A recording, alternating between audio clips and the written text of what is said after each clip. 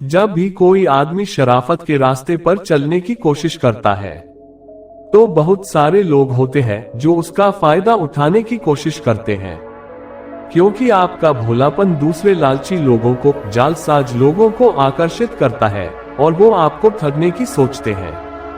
लेकिन जब आदमी ध्यान करना शुरू करता है तो उसके अंदर प्रेम की उत्पत्ति होने लगती है, जिससे उसके अंदर एक सरलता पैदा होती है, एक भोलापन आता है, एक प्रेम भाव आता है। लेकिन हम तो संसार में रहते हैं और जब संसार के लोग हमारा ये भोलापन भाग लेते हैं तो वो हमारे नजदीक आने लगते हैं और नजदीक आकर हमें धोखा देकर हमारा फायदा उठाकर चले जाते हैं, जिससे हमारे दिल को बहुत गहरा आघात पहुंचता है।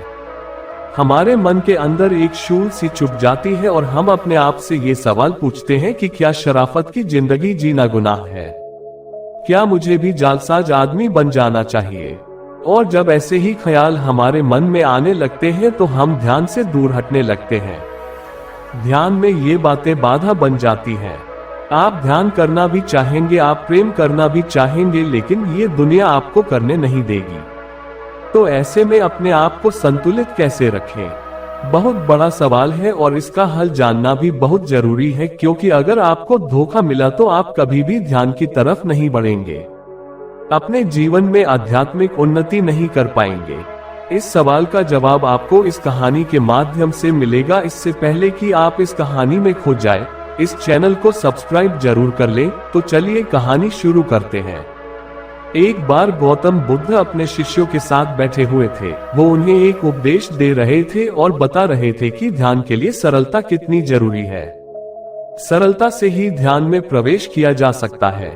आदमी जितना सरल होगा, जितना भोला होगा, जितना साधारण होगा, उसके मन में प्रेम की अटपटी उतनी ही ज्यादा होगी, जो कि ध्यान के लिए एक सीढ़ी बनेगी। वहां पर एक राजा अजातशत्रु भी बैठे हुए थे। ये उपदेश सुनने के बाद वो बुद्धा से कहते हैं, ये प्रभु, जब से मैं आपका अनुयायी बना हूं तब से सभी लोग मेरे सीधेपन का गलत फायदा उठा रहे हैं। आपका अनुयायी बनने से पहले सभी लोग मुझसे डरते थे, क्योंकि मैं बहुत क्रूर था और आसानी से लोगों को मृत्यु दंड दे देता था। लेकिन आपका अनुयायी बनने के बाद और ध्यान शुरू करने के बाद मेरा ये सब करने का मन ही नहीं करता। मैं सभी के साथ प्रेम से रहता हूँ, उनकी बातों को सुनता हूँ, समझता हूँ, लेकिन कुछ लोग इसका गलत फायदा उठा रहे हैं, जिससे मेरी प्रजा में, मेरे शासन में अब दिक्कतें बढ़ती जा रही है। आप ही बताएं, क्या अब मैं क्या करूँ? बुद्ध कहते हैं कि इसका जवाब मैं तुम्हें एक कहानी के माध्यम से देता हूँ। कहानी को बड़े ध्यान से सुनकर आखिरी में मेरे एक सवाल का जवाब देना। बुद्ध कहना शुरू करते हैं कि एक बार एक भिक्षु एक गांव से गुजर रहा था। रास्ते में उसे एक पीपल का पेड़ नजर आया। उसने सोचा क्यों ना कुछ देर आराम भी कर लिया जाए। भिक्षु जैसे ही उस पेड़ की तरफ बढ़ने लगता है, कुछ लोग उन्हें रोककर कहते हैं कि वहां मत जाना, वहां एक जहरीला सांप रहता है जो लोगों को डस चुका है। वो इतना खतरनाक है कि जो भी उसके सामने जाता है वो उसे ही मार देता है। भिक्षु मुस्कुराता है और कहता है कि एक दिन तो सबको मरना ही है। अगर मुझे आज मरना होगा तो उसे कोई नहीं रोक सकता। ये कहकर भिक्षु आगे बढ़ जाता है और पेड़ के नीचे जाकर बैठ जाता है। तभी वहां पर सांप आकर उस भिक्षु से कहता है कि हे भिक्षु, क्या तुम्हें मुझसे डर नहीं लगता कि मैं तुम्हें मार दूंगा? भिक्षु बड़े प्रेम से कहता है कि भाई, इसमें डरने वाली कौन सी बात है? तुम जो भी करते हो वह इसलिए करते हो ताकि कोई तुम्हें मार ना दे। डरते तो तुम हो, इसीलिए तुम सबको मार देते हो। मुझे किसी बात का डर नहीं है। तुम दूसरों को डसते हो, मैं नहीं। मुझे मृत्यु से कोई डर नहीं है, न ही जीवन की कोई लालसा। मुझे कोई नुकसान पहुंचा ही नहीं सकता, तो मैं तुमसे क्यों डरूंगा? ये सब सुनकर सांप हैरान हो जाता है। उसने आज तक ऐसे ही आदमी देखे थे जो उसको मारने की कोशिश करते थे, उससे डरकर भागते थे। पहली बार उसने किसी को देखा था जो उससे नहीं डरा। ये सब देखकर सांप उस भिक्षु के पैरों में गिर जाता है और कहता है कि हे प्रभु, मैंने आज तक जो कुछ भी किया है सिर्फ अपनी जान बचाने के लिए किया।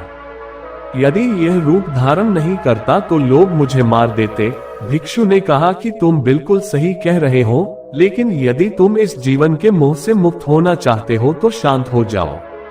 आज नहीं तो कल जीवन खत्म हो ही जाएगा, इसीलिए तुम्हें लोगों को डसने की जरूरत नहीं है। इतना कहकर भिक्षु वहां से चला जाता है और सांप ये तय कर लेता है कि आज से कोई गलत काम वो नहीं करेगा और उसने सभी को डसना छोड़ दिया, लेकिन इसका उस पर उल्टा प्रभाव पड़ा। जो लोग उससे डरकर भागते थे वहीं अब उसे मारने की कोशिश करने लगे, उसे चोट पहुंचाने लगे। सांप बहुत दुखी रहने लगा। लोग उसे तरह तरह की चोट पहुंचाते, कोई तो उसे मारने के लिए उसके पीछे लकड़ी लेकर दौड़ता। वह अब लोगों को कोई नुकसान नहीं पहुंचाना चाहता था और सभी लोगों को प्रेम करने की कोशिश करता था, लेकिन लोग इसका गलत फायदा उठाते थे क्योंकि लोगों का जो उससे डर था वो खत्म हो गया था और अब लोग उस समय का बदला उससे ले रहे थे जब वो सांप उन्हें डराता था। ऐसे ही वर्षा ऋतु बीत गई। वर्षा ऋतु बीतने के बाद भिक्षु उस रास्ते से वापस जा रहा था। वो फिर से उसी वृक्ष के नीचे आराम करने के लिए बैठ गया। उस सांप ने उस भिक्षु को देखकर पहचान लिया और वहां पर पहुंच गया। भिक्षु ये देखकर हैरान हो जाता है कि पहले सांप की हालत कैसी थी और अब कैसी हो गई है। उस सांप ने भिक्षु को देखकर कहा कि जब से आपने मुझे समझाया, मैंने दूसरों को नुकसान पहुंचाना बंद कर दिया, लेकिन लोग मेरे साथ इस तरह का व्यवहार करने लगे हैं, मुझे चोट पहुंचाने लगे हैं, मुझे जान से मारने पर उतारू हो गए हैं। अब आप ही बताएं कि मैं क्या करूं? मैं सही रास्ते पर चलकर सबसे प्रेम करूं, या फिर मैं उसी तरह रहा हूं जैसे मैं था, सबको डसता रहा हूं ताकि लोग मुझे चोट ना पहुंचा सके। ये भिक्षु मैं निश्चय नहीं कर पा रहा हूँ कि जिस रास्ते पे मैं चल रहा हूँ वो सही है या गलत है। अगर इस रास्ते पे मैं चलता हूँ तो मैं तो जी भी नहीं पाऊंगा। आपके जाते ही ये लोग शायद मुझे मार ही डालें। आप ही बताएं कि मैं जीवित रहने के लिए दूसरों को क्यों ना डसूं? भिक्षु कहता है कि हे नागदेव, मैंने तुमसे ये नहीं कहा था कि तुम अपने स्वभाव को ही बदल दो। क्रूरता तुम्हारा स्वभाव है, यदि यही तुम्हारा नहीं रहेगा तो लोग तो तुम्हें मारेंगे ही, पर इसका मतलब यह नहीं कि तुम अंदर से अपना उद्देश्य ही गलत रखो। आपको भीतर से अपने आप को सही रखना है और आपको बाहर से वही दिखाना है जो जरूरी है। सांप एक जहरीला जीव है, इसलिए लोगों के मन में उसके लिए डर होना जरूरी है, क्योंकि उनके अंदर तुम्हारे लिए डर नहीं होगा तो वो तुम्हें हानि पहुंचाएंगे ही। परंतु तुम्हें भीतर से खुद को सही रखना होगा। तुम इन लोगों को नुकसान नहीं पहुंचाना है, बल्कि उनके अंदर अपना डर बनाना है। जब लोग तुम्हारे पास तुम्हें चोट पहुंचाने आते हैं तो डसने की बजाय तुम डसने का दिखावा करो, अपना सर उठाकर अपने फन को लहराओ ताकि लोग तुम्हारे पास ना सके। भीतर से तुम किसी को डसने के बारे में सोचना भी नहीं, लेकिन बाहर से सबको ये दिखाओ कि तुम उन्हें डस सकते हो और तभी तुम अपने आप को सुरक्षित रख पाओगे।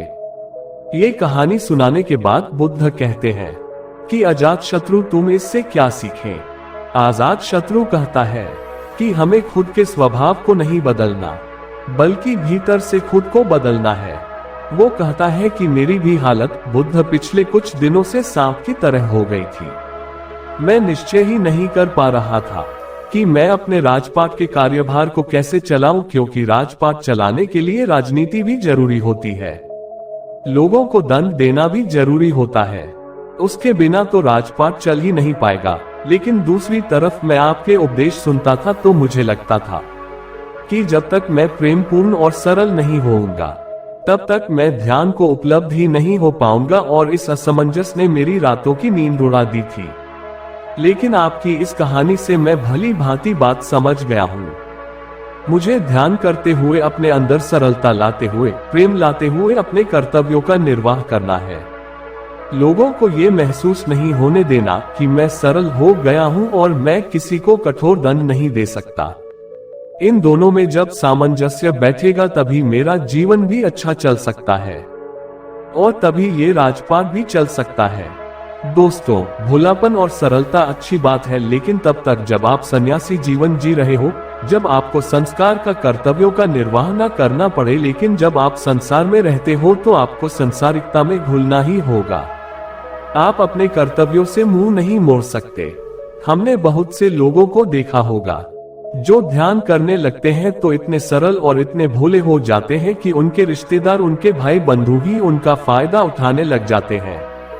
इसी की वजह से उसे और उसके परिवार को बहुत पीड़ा सहनी पड़ती है। लेकिन संसार में रहते हुए सांसारिक कर्तव्यों का निर्वाह न करना, अपने परिवार की देखभाल न करना, ये भी तो पाप है। इसलिए ये कहानी हमें बताती है कि हमें अंदर से बदलना है, हमारे स्वभाव को नहीं बदलना। आप अपने ध्यान को अंदर से गहरा करिए, अंदर से सरल बनिए, लेकिन बाहर से उस सरलता को दिखाने की जरूरत नहीं है। लोगों को यह जताने की जरूरत नहीं है कि मैं ध्यान कर रहा हूं और ध्यान से मेरे अंदर ऐसा बदलाव आ रहा है। ये तो आपका अहंकार हो जाएगा, आपका घमंड हो जाएगा। आपको बाहर से अपना स्वभाव वैसा ही रखना है जैसा कि वो है, लेकिन होश और ध्यान और प्रेम अंदर से उपजाना है, अंदर से पैदा करना है, ताकि लोग आपका फायदा भी न उठा पाए और आप आध्यात्मिक उन्नति भी कर सके। तो दोस्तों, कैसी लगी आपको ये कहानी कमेंट सेक्शन में जरूर बताएं, और अच्छी लगी तो इस चैनल को सब्सक्राइब और वीडियो को लाइक जरूर कर लें। तो मिलते हैं अगली कहानी में, तब तक के लिए अपना ख्याल रखें।